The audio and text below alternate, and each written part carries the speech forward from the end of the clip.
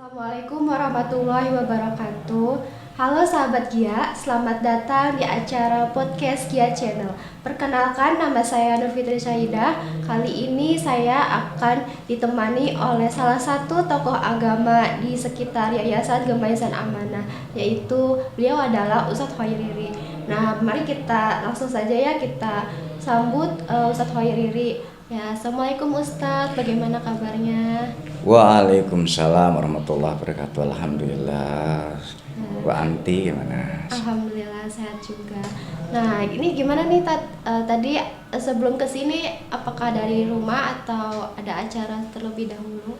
Alhamdulillah, agenda hari ini ada 3. Yang pertama tadi kita silaturahmi dengan Ketua FKU Kabupaten Bekasi, Pak Kiai Athohillah Mursyid. Kemudian setelah itu kami hadir ke Yayasan Gia ini dalam rangka milad ke-11. Dan insya Allah pada ini saya akan meluncur ke Yayasan Pesantren Darul Ikhlas Serang Baru. Insya Allah. Sibuk sekali ya Ustadz ya. Alhamdulillah. Oke, kita langsung saja ya. Kita mau ngobrol-ngobrol nih tentang sekitar tentang Yayasan Gemaisan Amanah. Boleh Ustadz? Betul-betul, enggak. Nah, Yayasan Gemaisan Amanah ini seberapa kenal sih Ustadz tentang Yayasan Gemaisan Amanah? Kan udah 11 tahun ya, udah 11 tahun. Udah sejauh mana Ustadz kenal sama Yayasan Gemaisan Amanah? Mungkin boleh diceritakan Ustadz? Siap.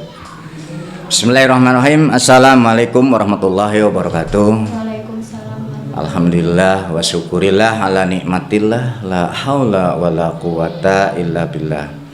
Allahumma sholli wa sallim ala sayyidina Muhammad ibn Abdillah wa ala alihi wa sahbihi wa mawala.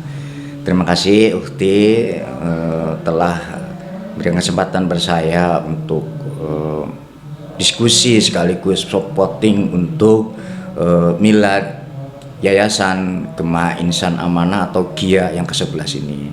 Pertama, kita sama-sama bersyukur kepada Allah Subhanahu wa taala, semoga kita senantiasa diberikan kesehatan baik lahir maupun batin ila yaumil qiyamah. Shalawat dan salam kita sama-sama curahkan ke baginda alam uswah hasanah kita Rasulullah sallallahu alaihi wasallam, juga untuk para keluarganya, para sahabatnya yang selalu istiqomah di jalan Allah Subhanahu wa taala. Sahabat tercinta, mengenai Yayasan Gemaisan Amanah, saya sangat mengapresiasi sekali.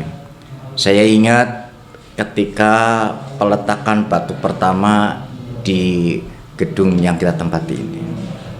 Dan saya waktu itu bersama Pak Camat dan Bapak Lurah ikut sama-sama peletakan batu pertama.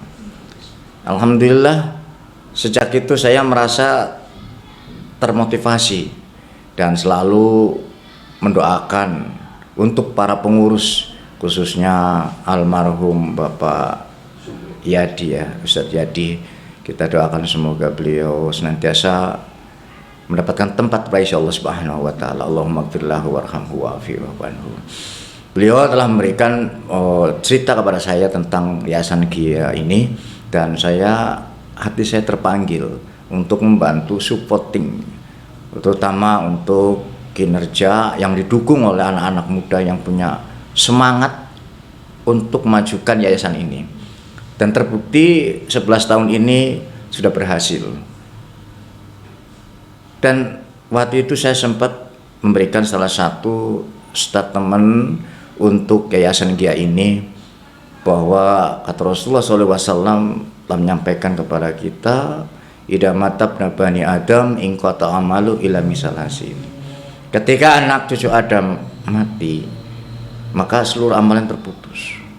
Illa misalasin, kecuali 3. Yang pertama, shadaqatun jariyah, yaitu sedekah jariyah. Dan alhamdulillah semangat itu menjadi kekuatan yang termotivasi karena banyak support dari berbagai pihak. Jadi, saya kenal GIA waktu itu melihat karena pengurusnya anak-anak muda dan semangat, sehingga saya pun langsung merasa yuk kita sama-sama maju gitu. Jadi kita coba dengan instansi terkait untuk saling bersinergi, memberikan informasi terkait keberadaan Yayasan Gia ini. Dan alhamdulillah Bapak Kapolres pun beberapa kali hadir kemari, Bupati juga hadir kemari, dan orang-orang yang punya jabatan penting pun hadir di sini dalam rangka mensupport kegiatan Gia ini. Sehingga singkat cerita, setelah 11 tahun dan berhasil membuktikan gedung yang megah dan anak-anak santri yang punya semangat belajar, semangat untuk menjadi orang yang ke depan yang betul-betul saya yakin akan menjadi penerus generasi bangsa ini. Dan yang paling penting adalah yang saya sangat ingat kata-kata daripada almarhum Bapak Ustadz Yadi, kita bantu Ustadz, mudah-mudahan Gia ke depan lebih baik. Namun beliau lebih awal dipanggil Allah Subhanahu wa Ta'ala, dan mudah-mudahan ini menjadi sedekah jariyah. Semangat beliau ketika dari mulai tinggal di pinggir jalan, ngontrak di Jalan Cilemabang Raya ya, dan sekarang udah punya gedung sendiri. Jadi itu yang saya kenal, dan saya selalu mengajak kepada sahabat-sahabat saya, kawan-kawan saya, donatur saya untuk membantu keberadaan yayasan ini untuk bisa lebih baik dan berguna bagi masyarakat, nusa dan bangsa. Itu bukti ya. Masya Allah sekali ya, berarti perjuangan pendiri dari Yayasan Kebayasan Ahmad ini sungguh-sungguh sangat luar biasa, mulai dari berjuang bareng-bareng buat ngediriin Yayasan Kebayasan Amanah. Yang penting mah kita kalau misalkan punya tekad atau keinginan, kalau misalkan dilakukan dengan bersama-sama, insya Allah pasti akan terwujud apa yang dicapai kayak gitu. Insya Allah. Oke. Menurut pandangan Ustadz, gimana tentang Yayasan Kebayasan Amanah? Jadi kan kita udah banyak program ya Ustadz ya. Jadi gimana menurut Ustadz tentang pandangannya Yayasan Kebayasan Amanah itu sendiri? Ya. Yang pertama saya berharap Yayasan Kebayasan Amanah yang ada di wilayah Rawalintah ini betul-betul bermanfaat bagi masyarakat sekitar. Yang pertama, bisa mengangkat derajat skill pendidikan. Jadi saya yakin di Rawalintah ini, menurut informasi dari Bapak Kepala Desa, Bapak Dedek Sulaiman, itu beliau sangat sangat bersyukur dan berbahagia keberadaan Gia, karena bukan hanya dari sisi ekonomi aja mengangkat derajat perekonomian lingkungan, namun nyatanya banyak anak-anak yang tadinya malas belajar ngaji pun ikut terapresiasi ngaji. Kemudian Gia sendiri karena banyak donatur yang mensupport bisa memberikan beasiswa atau belajar yang dibiayai oleh Gia walaupun dari donatur, dan ini yang menjadi saya merasa terharu dengan semangat dari para pengurus tersebut. Makanya saya berharap keberadaan Gia di lingkungan Rawalintah ini sesuai dengan pesan Rasulullah SAW, khairun nas man anfa'un nas. Jadi sebaik-baik dari kalian manusia adalah yang bermanfaat bagi lingkungan. Dan nyatanya masyarakat di sini banyak yang cerita dengan saya. Tadi ada sahabat saya dulu di Cikarang Baru, Ustadz Toha, kemudian Ustadz Ovin. Itu juga salah satu sahabat saya di Cikarang Baru, dan dengan keberadaan Gia di sini beliau luar biasa, karena nyatanya Gia itu bukan untuk kepentingan yayasan, tapi di lingkungan pun merasa terangkat gitu. Makanya saya sekali lagi bahwa keberadaan di Gia di sini kita akan selalu support oleh semua mungkin teman-teman kami yang mendengar live langsung di sini. Yuk kita support, bukan hanya dari kapasitas keilmuannya saja, namun finansialnya juga harus support dengan baik. Karena saya ingat pesan doa Rasulullah SAW, Allahumma inni a'udzubika minal kufri wal faqr. Ya Allah, aku berlindung kepadamu dari kekafiran dan kefakiran. Jadi kekafiran biasanya kalau lingkungan ini ekonominya kurang baik, bisa terjadi yang tadinya mereka muslim pun bisa berbalik karena ekonominya susah. Kemudian ya ini dua-duanya ini al-kufr wal fakr ini dua doa yang Rasulullah selalu panjatkan kepada Allah Subhanahu wa taala, dan kita sebagai umatnya harus bisa ngikutin. Jangan sampai kita masuk terjerumus ke kafiran gara-gara fakir. Dan kita jangan sampai fakir akhirnya kita masuk kafir atau non muslim, atau mungkin ekonomi ini menjadi kekuatan mengangkat derajat baik perorangan maupun lingkungan. Insya Allah doa ini menjadi apresiasi kita bersama, sehingga saya mengajak kepada para donatur, yuk kita support baik dengan ilmunya juga dengan finansialnya. Gitu. Masya Allah banget ya. Jadi emang kita kan hidup cuma sekali ya, jadi harus benar-benar dimanfaatkan sebaik mungkin. Jadi sebisa mungkin kita harus bermanfaat untuk orang lain ya. Nah Ustadz, menurut Ustadz nih, seberapa manfaat sih Yayasan Gemah Insan Amanah buat lingkungan, buat di lingkungan sekitar yayasan, khususnya di daerah Kampung Rawalintah kayak gitu? Alhamdulillah, saya sering diskusi dengan Bapak Kepala Desa, Pak PDD Sulaiman, itu bahwa GIA ini yang tadinya kecil membesar dalam arti adalah bukan hanya gedungnya saya megah, namun semangat pengurusnya itu mencari donatur tidak kenal lelah gitu loh. Sehingga begitu mendapatkan bantuan-bantuan dari donatur, mungkin dari instansi terkait, TNI, Polri, itu di samping digunakan untuk beasiswa pendidikan anak-anak santrinya, kemudian makanan sehari-harinya dan biaya hidup sehari-harinya, nyatanya masyarakat sekitar pun ikut mendapatkan. Salah satunya adalah bantuan sembako, bahkan ada warga duafa yang dibiayai sekolahnya, ada yang yatim piatu juga dibiayai biaya hidup sehari-harinya, dan manfaatnya subhanallah luar biasa.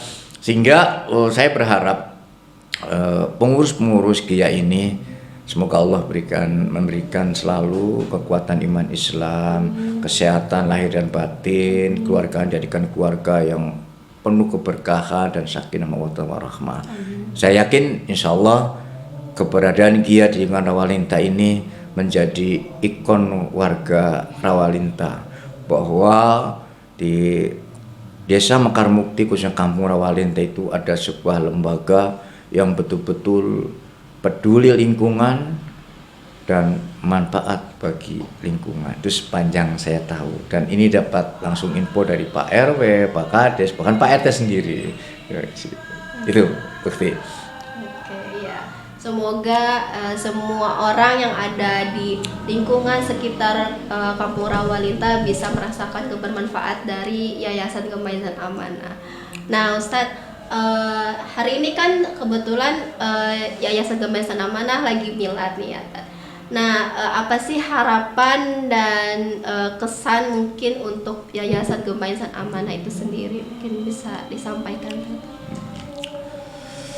Saya berharap dan selalu mensupport lahir batin untuk pengurus Yayasan Gemah Insan Amanah ini menjadi salah satu lembaga yang betul-betul bukan hanya manfaat bagi lingkungan, bukan hanya manfaat bagi santri-santrinya, namun harus bisa mencetak generasi-generasi yang islami, generasi-generasi yang robbani.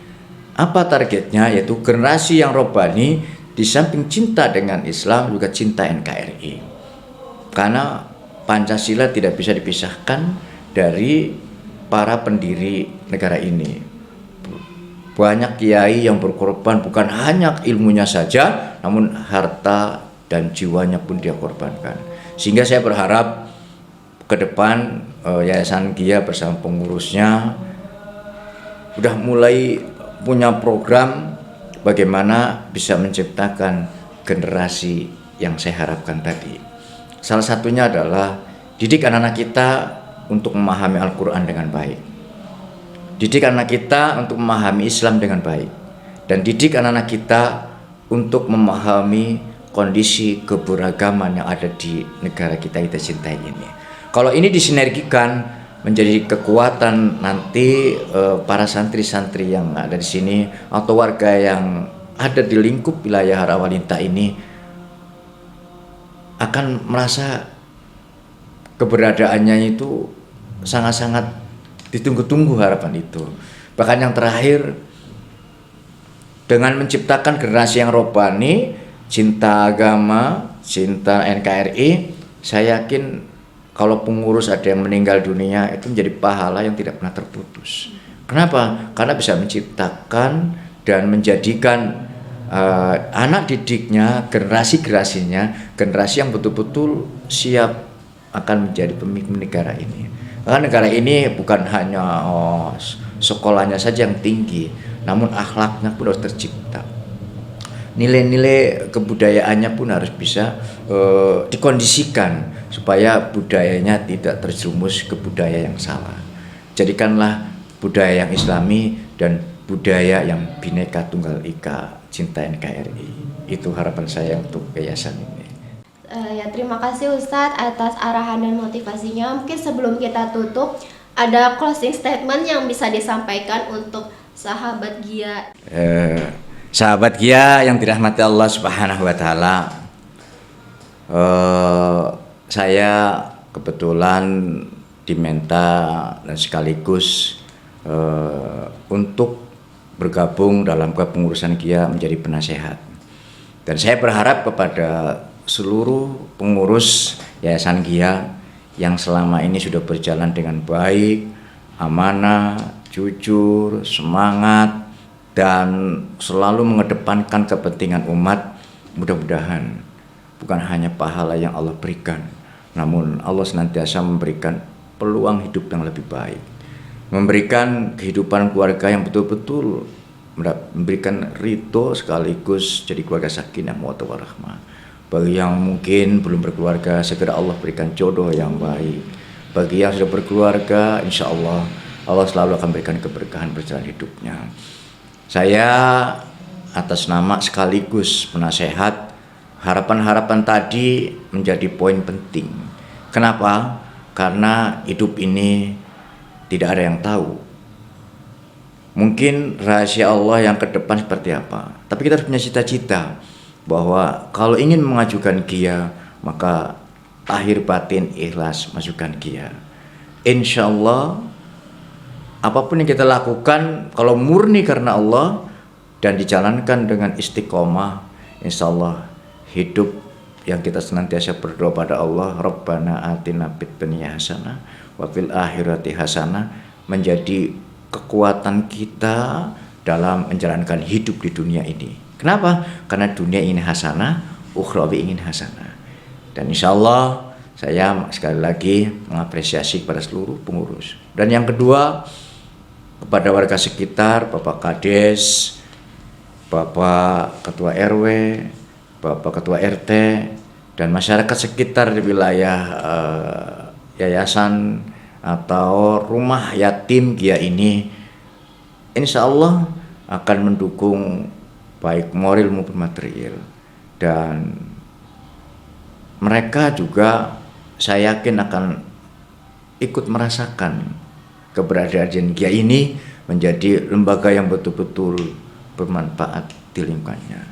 Dan yang ketiga, saya berharap ke depan GIA yang sudah menjadi rumah yatim, betul-betul yatim itu dididik dengan guru-guru yang punya potensi keagamannya baik, guru-guru yang betul-betul bisa memberikan bimbingan, arahan, dan mencetak generasi-generasi yang saya sampaikan tadi, generasi yang islami. Dan ini tidak mudah, Tapi saya yakin semangat pengurus dengan keistiqomahannya, dengan keikhlasannya, Allah akan berikan jalan kemudahan. Dan yang terakhir, saya sebagai penasehat mengucapkan banyak terima kasih telah diajak bergabung, dan insya Allah saya akan selalu mendoakan para pengurus selalu sehat walafiat, murah rezeki, dan senantiasa istiqomah jalan Allah Subhanahu wa taala.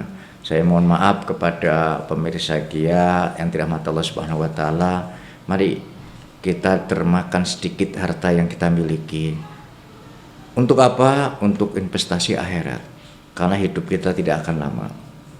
Hidup kita ini ada rahasia Allah. Kapan, di mana, lagi ngapain, nggak tahu. Kalau Allah kehendaki kebaikan, maka akan husnul khatimah. Kalau Allah kehendaki kebaikan, insya Allah kita akan selalu istiqomah untuk menjadi donatur GIA sebagai investasi yang pahalanya tidak akan pernah putus, yaitu sedekahun jariyah.